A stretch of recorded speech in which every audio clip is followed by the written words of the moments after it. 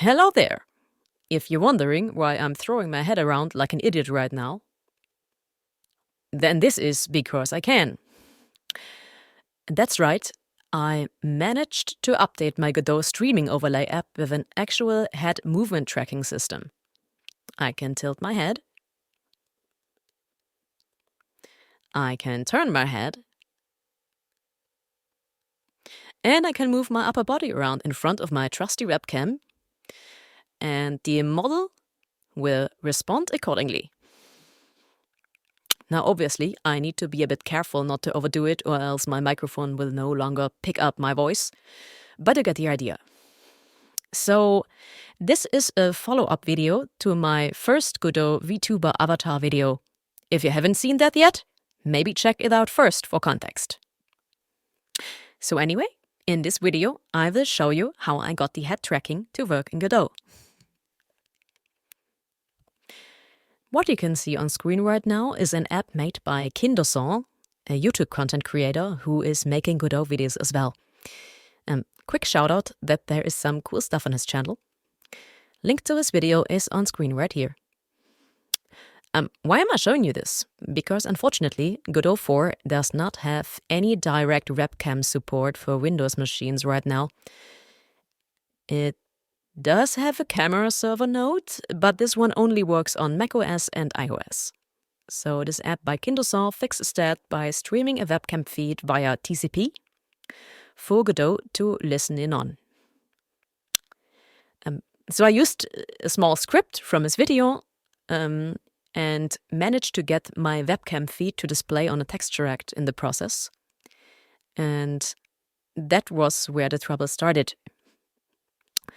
I tried analyzing the image data using some glowing green sticky dots that I put on my chin and my forehead to basically code my own head tracking.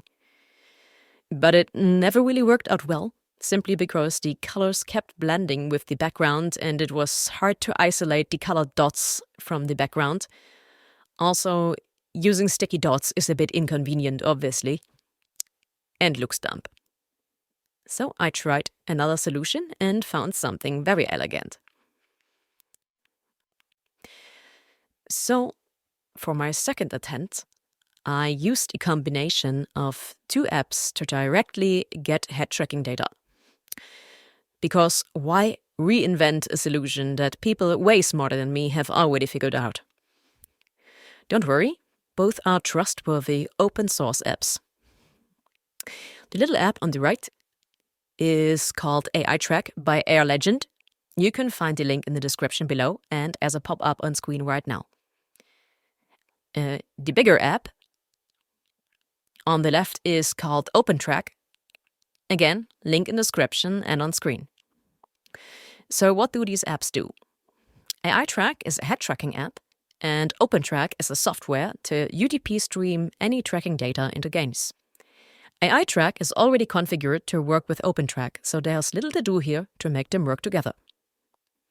The only thing you have to do is change the input mode of Opentrack to UDP over network and click on Start on the AITrack app. Port is already configured to listen to AITrack by default. Obviously, it's already running for me because otherwise I wouldn't move. And then we also set the output mode of Opentrack to UDP, but we changed the configuration by clicking on this little hammer icon to make Opentrack stream the processed data to a port different from the input. In my case, I selected port 3000. And with that, we can click on Start in Opentrack as well. And what you should see then is the little octopus on the top right moving around with the camera input. So I look left, I look right, and I'm moving my body around. And you can see the octopus is mirroring that.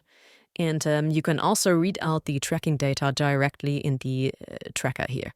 So this is the data that we can analyze from Godot then. So all we have to do now is listening to the UDP data stream coming from Opentrack. Back into my Godot streaming app, I added a new node, UDP receiver, attached a script to it, and I basically use the code you can see on screen now. First, we create a new packet peer UDP, which is a package listener on the UDP protocol. And on the ready function, we reference this function in which we bind our client and IP address to the socket UDP, and we select the buffer size. 256 is enough for our case. And then we go into the process function, and in the process function we check if we get any packets, and if we do, we get those packets and store them in a variable I called array bytes. And because the data from the UDP is encrypted, we need to decode it first. And we want 6 values here because, remember, Opentrack gives us 6 double precision floats for the tracking data. So we need an array of 6 numbers, and we basically decode the first 6 values from the UDP stream into another array. And with that, we have our tracking data. And what we do with it is now up to you. In my case, I cleaned up the data a little bit by putting them into a defined range. For example, I only want tracking between a yaw value of -20 and +20, and a roll value between -50 and +50, etc. So what I do is I remap the data coming from Opentrack to the 0 and 1 range and clamp it so that it never exceeds 1 and never goes below 0. This is because I use that data to play animations in an animation player.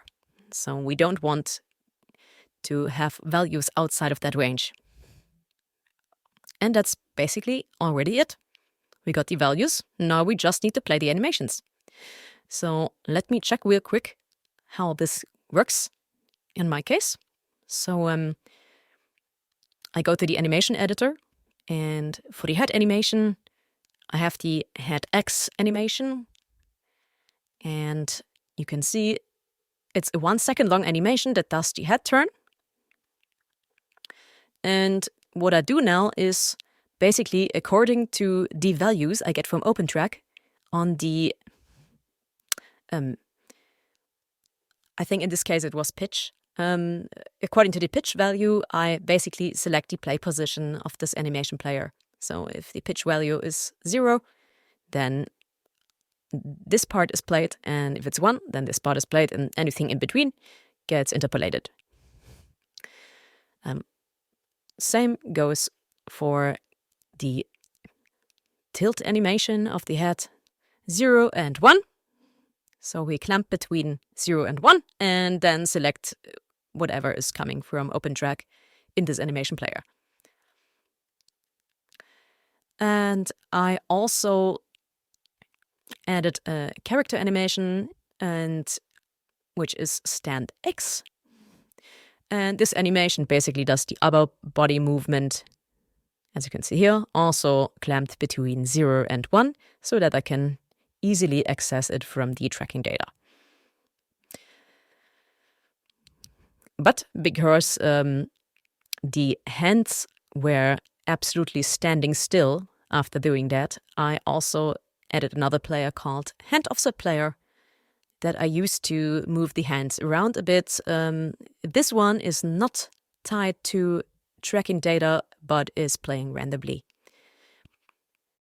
So with the tracking data from Opentrack available in Godot and our animation player set up, all we have to do now is simply play those animations from the process function. So yeah, that's it. Very easy. Adjust the animation position and you're done. Anyway, I am very happy with how this turned out. The tracking is very responsive. Actually more responsive than the audio tracking from the audio stream player of Godot, which has like a delay of a second, whereas the head tracking from Opentrack is like only half a second. So, as soon as I can get the eye tracking to work as well, then I will make a follow-up video to this to finalize my streaming overlay and potentially even make it open source. So stay tuned until that, and see you the next time. Bye.